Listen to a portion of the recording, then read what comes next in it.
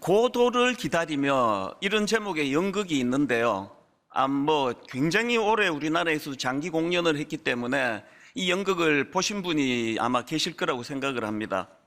이 고도를 기다리며 이 제목의 연극 대본은 사무엘 베케트라는 극작가가 쓴 작품인데요. 이 작품은 노벨 문학상을 수상할 정도로 굉장히 작품성을 인정받은 작품일 뿐 아니라 우리나라를 위시해서 세계적으로 이제 장기 공연을 하는 그런 연극으로 알려져 있습니다. 이 고도를 기다리며 할 때 이 고도는 사람 이름입니다. 이 고도인지 모르겠는데요. 하여튼 이 사람 이름이에요. 이게 사람을 기다리는데 굉장히 이게 독특한 게 연극 시작부터 끝까지 주인공 두 사람이 이제 나무 아래에서 이 고도라는 사람을 기다리고 있는데 끝까지 안 와요. 아무리 기다려도 이 고도라는 사람이 이제 오지를 않아 가지고, 그래서 연극 내내 이제 기다리는 지루함을 달래기 위해 가지고 허무한 농담을 하고 이해할 수 없는 이 말들을 주고받고 그렇게 하다 끝나는 연극입니다. 끝내 기다리던 사람이 나타나지 않고 연극이 끝나기 때문에 흔히들 이 연극을 부조리극이라고 그렇게 표현하는데요. 제가 검색해 보니까 이 부조리극이라는 거는 이치에 맞지 아니하는 극작품, 이런 뜻이라는 겁니다. 제가 왜 이 고도를 기다리며라는 이 희곡 대본이 생각났는가 하면은 최근에 나온 기다림의 의미, 이런 제목의 책을 읽다 보니까 거기에 이 바로 고도를 기다리며라는 이 연극에 대한 글이 있었기 때문입니다. 글을 한번 읽어드리겠습니다. 기다림은 오늘날의 문화를 거스르는 활동입니다. 흔히 고도를 기다리며를 가리켜 20세기의 뛰어난 희곡 중 하나라고 이야기합니다. 사실 고도를 기다리며는 공허를 가르치고 그 안에서 기다림은 곧 낭비의 동의어입니다. 이와 같은 맥락에서 오늘날의 문화는 우리를 부추겨 원하는 것이 있다면 기다리지 말고 곧바로 본론으로 들어가서 당장 손에 넣으라고 이야기합니다. 마치 기다림은 아무런 가치가 없다는 듯이 말이죠. 그러니까 이게 영화가 왜 이렇게 내용도 없고, 그래서 이게 이치에 맞지 않는 그런 곡이라고 평가를 받는, 이게 왜 문학상을 받았을까? 이게 이 시대의 풍조라는 거예요. 기다리면 그거 무가치한 거다. 왜 참느냐? 원하는 대로 살아라. 충동대로 살아라. 이걸 부추기는 이런 시대의 의미를 이 연극이 담고 있기 때문이라는 겁니다. 참 제가 재밌게 생각한 게요, 수많은 사람들이, 이 연극을 본 사람들이 극작가에게 물었답니다. 도대체 등장인물이 기다리는 이 고도라는 사람은 누구냐? 그랬더니 극작가가 진짜 재밌는 말을 했습니다. 이렇게 말했습니다. 내가 그걸 알았더라면 작품 속에 썼을 것이다. 자기도 모른대요. 저는 이런 내용의 글을 읽으면서 정말 우리 신앙생활의 핵심이 뭔지, 그리고 우리 신앙생활이 허무해지지 않기 위해서는 뭘 두려워하고 뭘 주의해야 되는지, 이걸 굉장히 많은 생각을 하게 됐습니다. 여러분 다 아시잖아요. 신앙생활은요, 그 자체가 기다림이에요. 신앙은 소망이 전부입니다. 그래서 여러분 다 아시겠지만 이 신구약 성경의 맨 마지막이 기다림이라는 약속으로 끝납니다. 요한계시록 22장 20절. 이것들을 증언하신 이가 이르시되 내가 진실로 속히 오리라 하시거늘 아멘 주 예수여 오시옵소서. 고도를 기다리며 하고 좀 비슷하지 않습니까? 이게 신앙생활입니다. 그리고 예수님께서 부활하신 후에 승천하시기 직전에 맨 마지막으로 제자들에게 가르쳐 주신 것이 바로 이 기다림에 대한 것이었습니다. 사도행전 1장 4절. 사도와 함께 모이사 그들에게 분부하여 이르시되 예루살렘을 떠나지 말고 내게서 들은 바 아버지께 약속하신 것을 뭐 하라고요? 기다리라는 거예요. 여러분, 고도를 기다리며라는 이 연극과 우리 성경에 공통점이 있다면 기다리라는 거예요. 기다리는 거예요. 차이점이 뭡니까? 누군지도 모르고 고도가 뭐 하는 사람인지도 모르는 막연한 기다림이 아니라 이거는 하나님의 뚜렷한 약속을 믿고 의지하며 하는 기다림이거든요.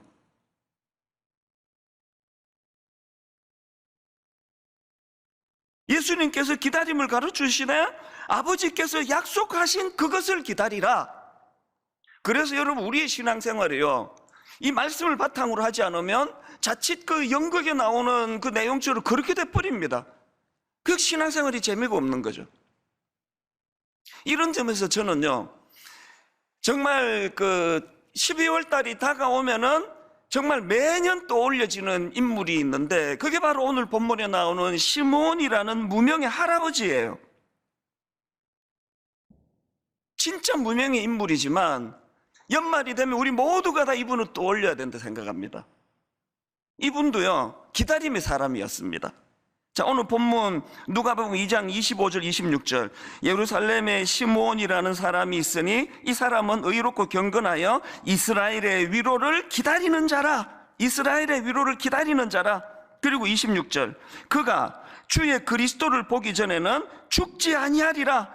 그가 주의 그리스도를 보기 전에는 죽지 아니하리라는 성령의 지시를 받았더니, 그래서요, 성경은 그 허무한 그 고도를 기다리며 하면서 끝나는 게 아니라 그 연극이요, 주인공 되시는 주님이 오실 때까지 안 끝나는 게 그게 우리 신앙입니다. 뭐 2시간이 되든 3시간이 되든 뭐 오실 때까지 끝나지 않는 연극 같은 게 그게 우리 신앙생활이라는 겁니다.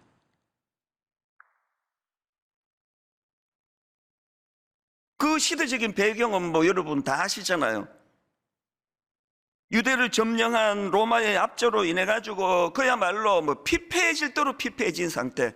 앞을 봐도 옆을 봐도 뒤를 봐도 희망이라고는 눈 씻고 찾아보기 어렵던 그 시절 아닙니까? 경제적으로는 로마의 압제도 견디기가 어려운데 그 동족들의 그 수탈로 인해 가지고 말로 다 할 수 없는 극심한 가난과 빈부격차, 이게 얼마나 절망적인지 뭐 우리도 겪어서 알지 않습니까? 그런가 하면은 정치적으로는 그 악한 권력자의 불의로 말로 다 할 수 없는 그 신음소리를 내던 때, 오죽하면은 왕이 제멋대로 그냥 죄 없는 세례요한을 목을 치게 만들던 그런 악한 시대가 바로 오늘 본문을 배경으로 하는 시대 아닙니까? 더더군다나 영적으로는요, 말라기 선지자 이후에 무려 400년 동안 하나님의 말씀이 들리지 않던 시대였습니다. 말씀을 선포하는 선지자도 없고 그 제대로 된 말씀이 들려지지 않던 영적인 암흑, 이 400년간 지속이 되던, 그야말로 뭐 희망은 다 끊어진 상태인데, 놀랍게도 이 절망적인 상황에서 시므온은 이스라엘의 위로를 기다린다는 그 소망을 가지고 그 할아버지가 견뎌내는 이런 삶을 살고 있는 것, 이게 오늘 본문의 가장 중요한 맥락입니다. 오늘 여러분, 우리 시대는 영적으로 많은 분들이 이야기하는 암흑기예요. 말씀이 제대로 선포가 되지 않고 말씀을 귀히 여기는 성도들도 많지 않고, 마치 신앙생활이 그 고도를 기다리며 하듯이 막연한, 어릴 때부터 교회를 다녔으니까 교회를 다니는데 뭘 기다리는지, 왜 기다리는지, 어떤 일이 일어나는지 너무나 무지한 상태로 신앙생활하는 게 오늘 우리들의 현실 아닙니까? 제가 이 설교를 준비하고 있는데 우리 교회에서 오래 사역했던 그 부목사님한테 이메일이 왔습니다. 이렇게 시작해요. 최근 우리 교회에서의 사역 하나하나가 왠지 모를 뭉클함과 감사함 속에서 진행되는 듯 합니다. 특별히 이번 추수감사주일은 제 인생의 최고의 감사주일이 아니었을까 싶습니다. 이렇게 시작을 해요. 아니, 우리 교회에 그렇게 10년 이상 오래 있었는데 왜 올해가 최고의 추수감사절이었나 보니까요, 이후에 이렇게 설명을 합니다. 그 교구 성도님 중에 2018년도에 루게리 병을 판정받으신 성도가 있으시답니다. 그 내용을 한번 들어보십시오. 올해 봄 4월에 교구를 맡아 처음으로 방문한 성도님이셨습니다. 그때만 해도 호흡기는 하고 있어도 힘들게나마 대화를 할 수 있었습니다. 그러나 식도 근육조차 움직이지 못해 여름에 수술을 할 수밖에 없었고 함께 기도했지만 결국 목소리를 잃게 된 성도님이십니다. 봄에 뵌 이후에도 계속 전화로 살펴보고 간간히 따님과 간병인과 소통해가며 살펴오고 있었지만, 이번에 감사하게도 여러분이 주신 그 헌금과 이제 과일 나눔, 이거 이렇게 소중히 쓰였습니다. 이번에 감사하게도 추수감사주일 과일 나눔을 하게 되어 과일 한 박스를 챙겨서 방문할 수 있었습니다. 이 댁에서 정말 큰 감동과 감사를 경험했습니다. 안구 인식 자판을 통해 2시간 동안 대화를 나누고 오게 된 것입니다. 얼마나 이 의술이 발달했는지, 이분이 지금 안구밖에 못 움직이시니까요, 안구를 이제 2번 끔뻑끔뻑 3번 끔뻑끔 해서 이게 가나다라 이거를 만들어서 이제 화면에 글자를 띄우는 이 정도로 발전을 했습니다. 그래서 2시간 동안 지금 안구 인식 자판을 통해 대화를 나누었는데요, 그 다음 들어보세요. 밝게 인사를 드려도 고개도 돌리지 못하셨지만 2시간 내내 눈동자를 움직여가면서 모음, 자음을 치면서 대화를 할 수 있었습니다. 어떤 대화를 나누었냐 보니까 이 목사님이 감격한 거는 이런 내용이에요. 그렇게 힘들게 눈을 끔뻑끔뻑 하면서 나눈 대화가 이겁니다. 이분 이런 고백을 하세요. 성도님이 돌아보니 침 삼키는 것, 움직일 수 있는 것, 자가 호흡하는 것 하나하나가 엄청난 하나님의 선물이었다면서, 비록 병상에 누워 계시지만 침상에 누워서 말씀 묵상하는 시간이 하나님 품에서 여행하는 시간이라 고백하십니다. 2시간 이런 내용을 나누고 이 목사님이 분당 우리 교회에서 최고의 추수감사주의를 보냈다. 그러면서 이 교역자가 하는 말이요, 이제 1만 성도 파송 운동을 앞두고 모든 교역자들이 다 지금 긴장된 상황 아닙니까? 그 중에 한 분인데 이렇게 말합니다. 하나님께서 벌벌 떨고 있는 제게 응원해 주시고 격려해 주시는 음성으로 듣게 되었습니다.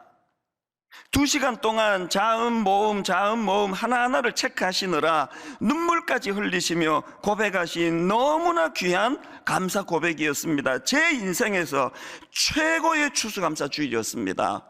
그러면서 그 현장 사진을 제게 보내왔습니다. 너무 감동이 돼서 화면으로 좀 부탁을 드렸는데 지금 띄워주시겠습니까?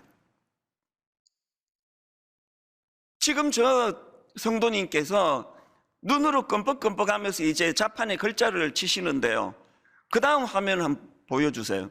또 그 다음 화면도 보여주시고요. 내용이 이런 것들입니다.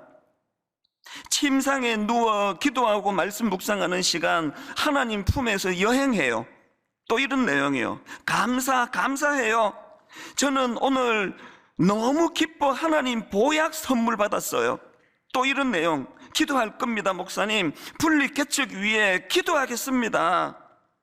이런 성도님들의, 이 성도님의 놀라운 이 기다림의 소망의 이 말씀들이 벌벌 떨고 있던 이 목사님을 응원해 주시고 격려해 주시는 하나님 음성처럼 들려지더라. 힘을 얻었다. 최고의 추수감사주의를 내가 이분으로 인해 경험하게 되었다. 이 놀라운 거 아닙니까?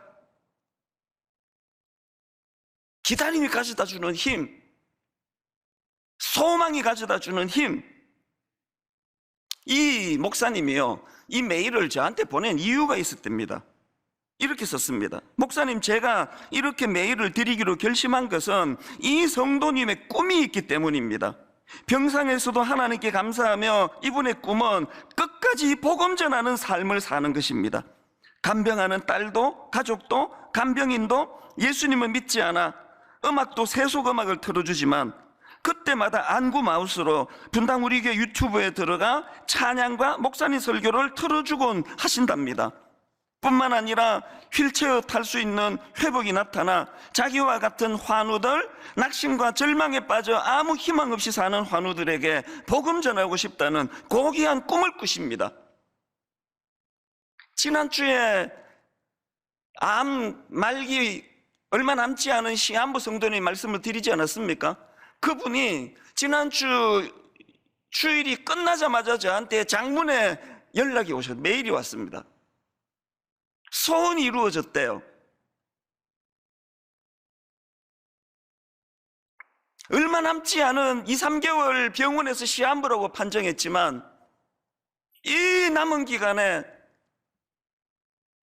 나를 인도해 주신 그 하나님을 세상에 증거하고 싶었는데, 하나님 놀라운 분이십니다. 목사님을 통해 내 꿈을 이루어 주셨습니다. 그렇게 하고 연락이 왔습니다.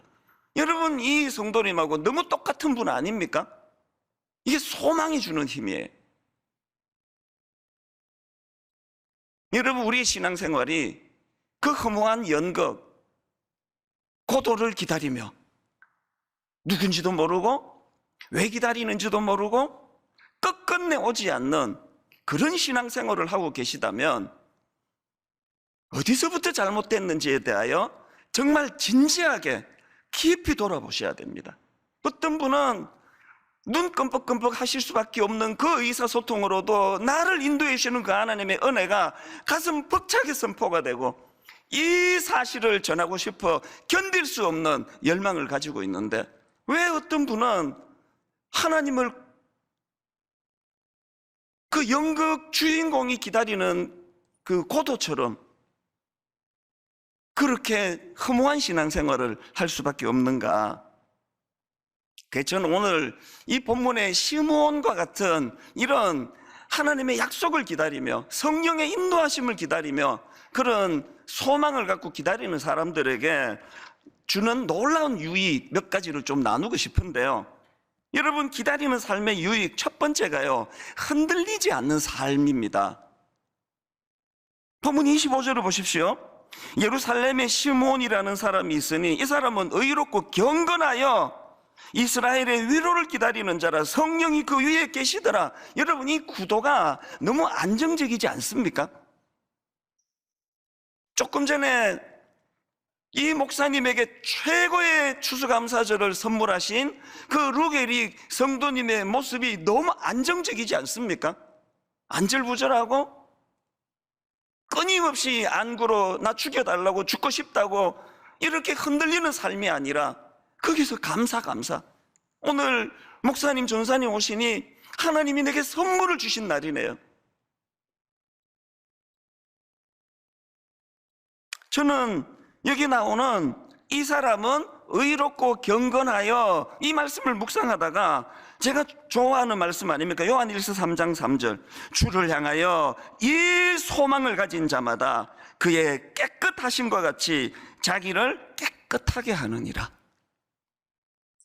예수 믿는 사람들이 무슨 사건 사고에 이렇게 많이 개입이 돼 있고, 무슨 드라마를 찍든지 영화를 찍든지 이런 이중적이고 부조리한 샘플로 왜 자꾸 목사가 나오고 크리스찬이 나오는 이런 가슴 아픈 일이 일어나겠습니까? 영적인 전쟁 차원도 있지만 우리가 실패한 게 뭐냐고요? 흔들리는 삶 아닙니까? 오늘 여러분, 이 사람은 의롭고 경건하여, 제가 앞에서 언급해드린 고도를 기다리며라는 그 내용 다시 한번 읽어드릴게요.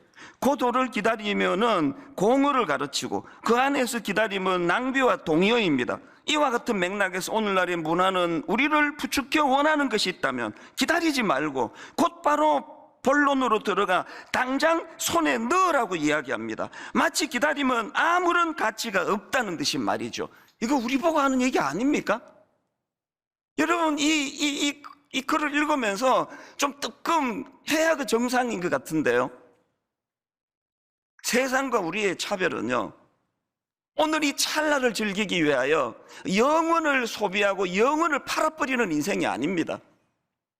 지난주 2, 3개월밖에 남지 않은 그 시한부 선고를 받은 그 성도님이 이처럼 놀랍게 평정심을 유지할 수 있었던 것도 하나님의 마음을 너무 잘 아시기 때문에, 이 땅이 끝이 아니기 때문에, 하나님의 초점은 이 땅이 아니라 하나님 나라에 있기 때문에, 루게릭 병으로 안구밖에는 움직이지 않는 그 상황에서도 그렇게 놀랍게 내가 만난 하나님을 증거하고 싶어하는 그 마음의 열망, 왜 그렇습니까?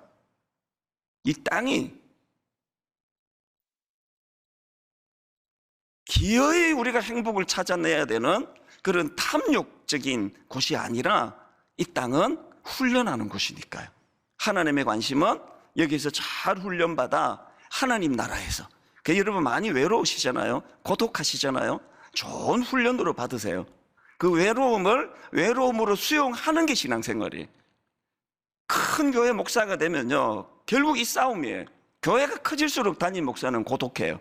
교회가 커질수록 특정한 몇 사람만 갖고 교제하기가 그게 양심에 걸리기 때문에 큰 교회 목사일수록 아무하고도 그런 교제를 갖지를 못합니다. 그래서 외롭고 고독한 게 제 일상이에요.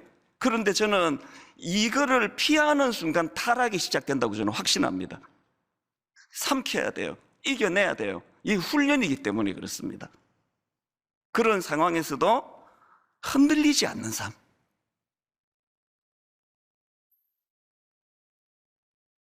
최근에 나온 책 중에 이 50에 이른 노너 이런 제목의 책이 있는데요. 그 공자가 그 70이 넘어서 이제 했던 자기 삶을 요약한 게 이게 굉장히 저에게 의미가 됐습니다. 이런 말을 했습니다. 오도 일이관지. 이 한자로 이제 화면으로도 제가 좀 올려드렸는데요. 이게 그 이제 현대어로 풀이를 하면 이런 뜻이에요. 오도 일이관지가 뭐냐? 공자가 자기 삶을 요약한 겁니다. 나의 길은 하나로 꿰어져 있다. 나는 일관된 길을 걸어왔다. 세상의 흐름에 흔들리지 않고 내가 가야 할 그 길을 지금까지 일관되게 걸어왔다. 저 70대에 진실로 이렇게 고백하기를 원합니다. 공자도 고백을 하는데, 돌을 닦고 수양한 공자도 이렇게 고백할 수 있다면 성령의 인도하심을 받는 저나 여러분 70대에 다 이렇게 고백하게 될 줄로 믿습니다. 나의 길은 하나로 꿰어져 있다. 나는 일관된 길을 걸어왔다. 세상의 흐름에 흔들리지 않고 내가 가야 할 그 길을 지금까지 일관되게 걸어왔다. 이것이 가능하도록 요한계시록 22장 20절 성경의 맨 마지막 말씀, 이것들을 정언하신 이가 이르시되 내가 진실로 속히 오리라 하시거늘 아멘 주 예수여 오시옵소서.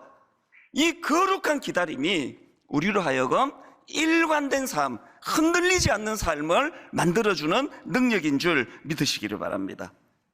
두 번째로요, 여러분, 이런 진정한 기다림이 가져다주는 삶의 유익이 하나 더 있는데요, 영적인 안목과 통찰력을 가져다 줍니다.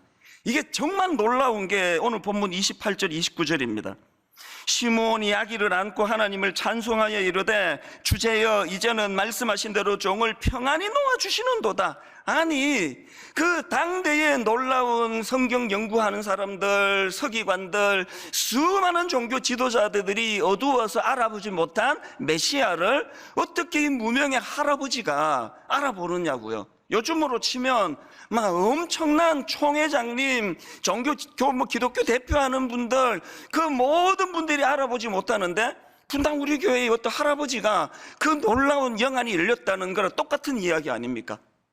이게 어떻게 가능했냐고요? 이게 어떻게 가능했냐 하니까 오늘 본문이 계속 반복하는 데서 나오는 답이 있습니다. 25절을 보십시오. 이게 어떻게 가능했느냐?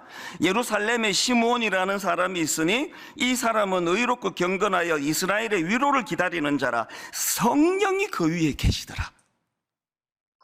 그 다음 26절, 그가 주의 그리스도를 보기 전에는 죽지 아니하리라 하는 성령의 지시를 받았더니, 또 27절, 성령의 감동으로 성전에 들어가며, 여기 나오는 성령의 감동으로는요, 성령의 영향을 받아, 뭐 이렇게 번역을 해도 조금도 틀리지 않습니다. 무슨 뜻입니까? 여러분, 하나님께서는요, 이런 간절한 기다림으로 의롭고 경건하게 살고자 하는 자들에게, 그런 몸부림치는 자들에게 성령의 인도하심을 허락해 주세요. 오늘 여러분, 이 시므온이 가지고 있던 이 영적인 안목, 영적인 통찰력, 이게 겉으로 보기는 참 연로하신 할아버지, 무명의 할아버지에 불과하지만 그는 성령의 인도하심을, 또 성령의 지시하심을 철저하게 순종하며 살았기 때문에 그 수많은 거들먹거리던 종교 지도자들이 무지에 빠져 있을 때 정확하게 메시아로 보는 영적인 안목이 있었다는 거 아닙니까? 부럽지 않으세요? 오늘 예배 드리는 우리 모든 성도님들이 저와 함께 이 기도를 같이 하면 좋겠습니다. 그리고 모든 성도님들에게 성령께서 이 영적인 안목과 통찰력을 선물로 주시는 은혜를 누리게 되시기를 바랍니다.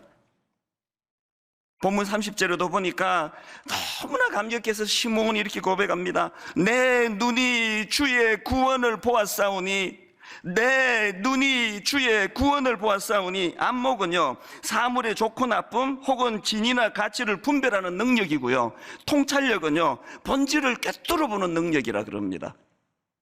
이 무명의 할아버지가 감격에 벅차 30절, 내 눈이 주의 구원을 보았사오며 이는 만민 앞에 예비하신 것이요 이방을 비추는 빛이요 주의 백성 이스라엘의 영광이니이다 하니, 그의 부모가 그에 대한 말들을 놀랍게 여기더라. 막 교회에서 막 다 주목하는 엄청난 직분을 가져서 사람들이 주목하는 이런 거 말고, 여러분 한마디 말 속에, 여러분의 식견 속에, 여러분 주변 사람들이, 또 여러분 자녀들이, 그의 부모가 그에 대한 말들을 놀랍게 여기더라. 이 은혜를 누리게 되시기를 바랍니다. 마지막 세 번째로요, 기다리는 삶의 유익이 하나 더 있습니다. 마지막이 아름다운 인생이에요. 모든 젊은 사람은 이게 뭔 뜻인지 몰라요. 나이 들어가며 철 좀 들었다 하면은 모든 인생이 바라는 게 이거 아닙니까? 젊을 땐 좀 고생을 해도 노년에 내 인생의 마지막이 아름답기를 원한다. 28절 29절을 보십시오.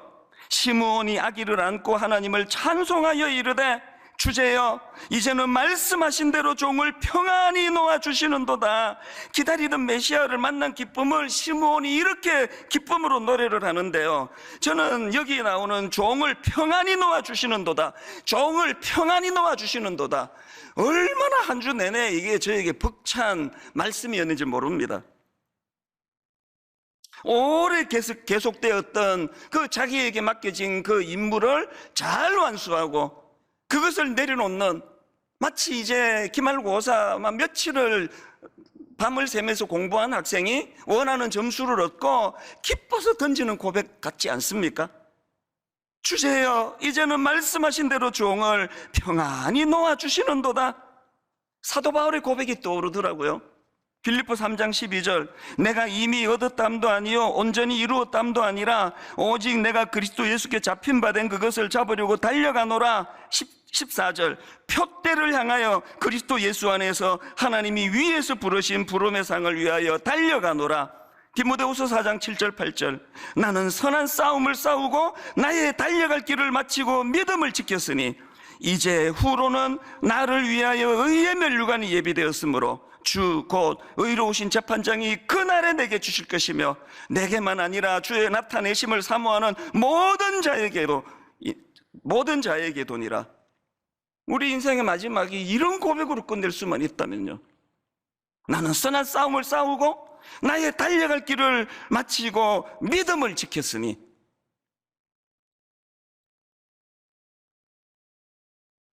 언젠가 제가 그 번아웃, 와, 이 진짜 힘들던데요. 그 번아웃을 겪었는데요, 사전을 찾아보니까 번아웃 이렇게 설명합니다. 의욕적으로 일에 몰두하던 사람이 극도의 신체적, 정신적 피로감을 호소하며 무기력해지는 현상이다. 이게 딱 저 얘기인 거예요.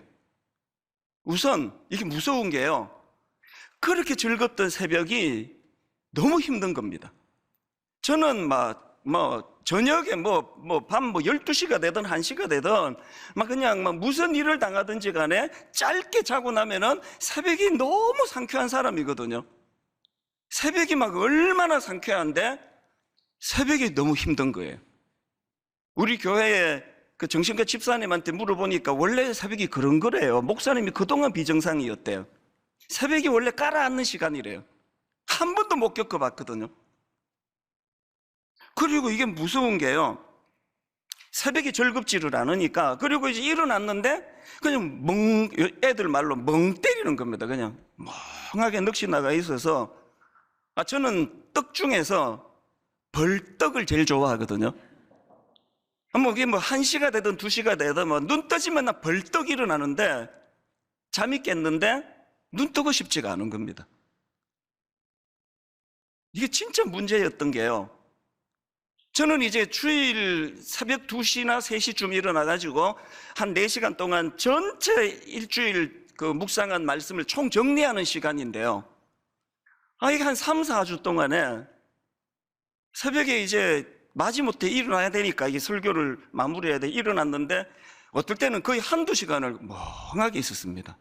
이 주일이 지금 다가오는데 일부 예배 7시인데 점점 시간은 다가오는데 멍하게 이렇게 있으니까 이 번아웃이 이게 엄청 무서운 거더라고요.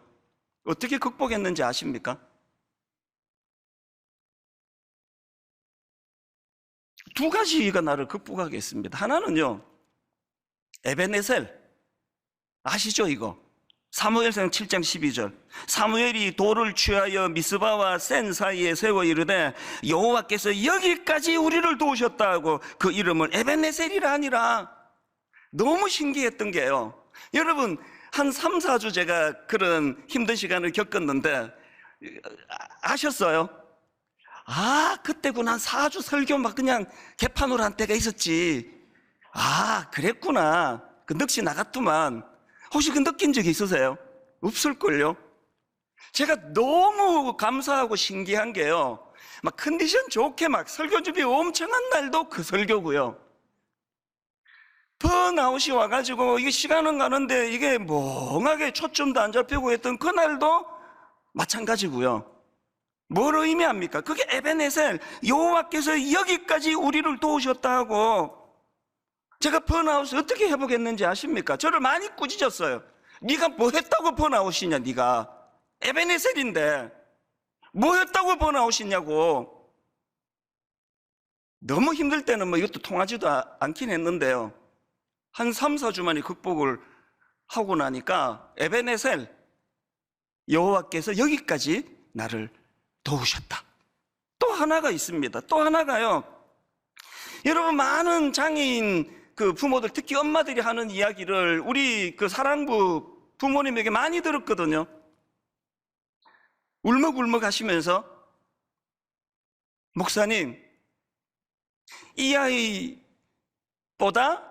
하루 더 사는 게 제 꿈입니다. 제가요, 이게 이렇게 위대한 말인지 번아웃 겪을 때 처음 알았습니다. 이거 위대한 부모의 말이에요. 사명이 있다는 거예요. 하나님이 이 아이를 우리 가정에 보내주셨기 때문에 너무너무 힘들고 너무 많이 손이 가는 그런 하나님의 선물이지만 뚜렷한 목적, 사명, 이 아이보다 하루 더 사는 것이 이게 저를 살렸어요. 무슨 뜻인지 아십니까? 여러분 오늘 본문 26절 그가 주의 그리스도를 보기 전에는 죽지 아니하리라. 29절 주제여 이제는 말씀하신 대로 종을 평안히 놓아주시는도다. 사명을 다 감당하기 전에는 번아웃 또 오면 안 되는 인생이에요. 우리는 지금 내가 번아웃 오면 어떡합니까?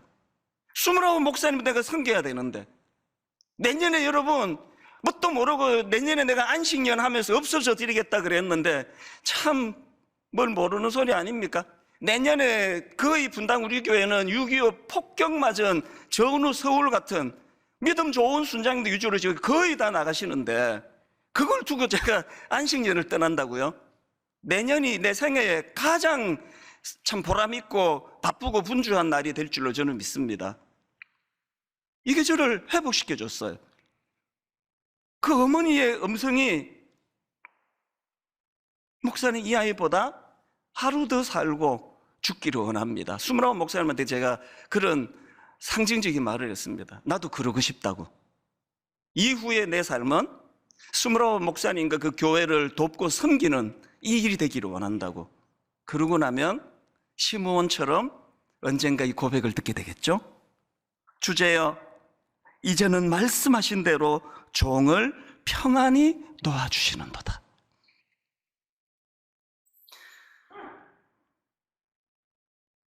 분당 우리 교회 개척 19년 만에요 가장 빠른 크리스마스 장식을 했습니다.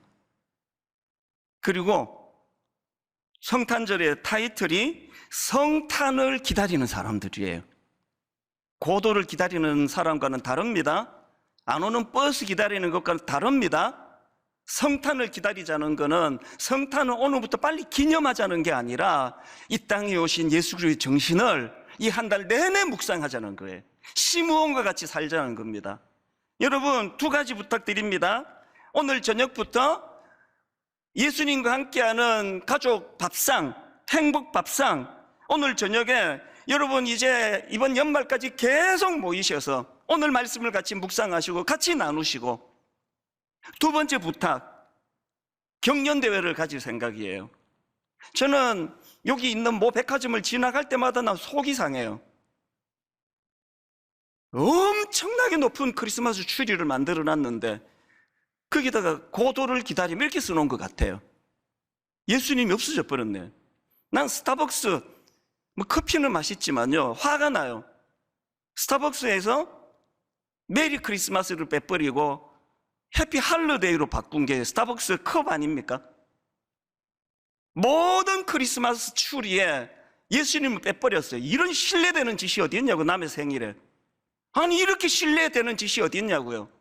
오기를 가지고 여러분, 오늘 저녁에 가족들과 행복밥상을 통해 여러분 가족이 이루어진 이후로 최고의 그리스도가 주인공이 되는 크리스마스 장식을 이루시기를 바라요. 연구하세요. 여러분 가정의 한 벽면을 예수님을 주인공으로 한 크리스마스 추리와 장식을 만드시기를 바라요. 그리고 그걸 찍어서 올려주시기를 바라요. 가장 성의가 들어간 화려한 거가 아니라 가장 정성이 들어간 가장 의미가 있는 것들은 내가 사비를 들여서라도 내가 시상할 것이에요. 이 두 가지 꿈을 꾸고, 그리고 다음 주부터 본격적으로 크리스마스를, 성탄을 기다리는 사람들이 해야 되는 묵상에 대하여 함께 나누려고 합니다. 이 벅찬 가슴을 가지고 이번 연말까지 성탄을 기다리는 사람들, 시편 40편 1절을 읽고 말씀을 마치겠습니다. 내가 여호와를 기다리고 기다렸더니 귀를 기울이사 나의 부르짖음을 들으셨도다. 이 응답이 있는 믿음의 성도님들 되시기를 바랍니다.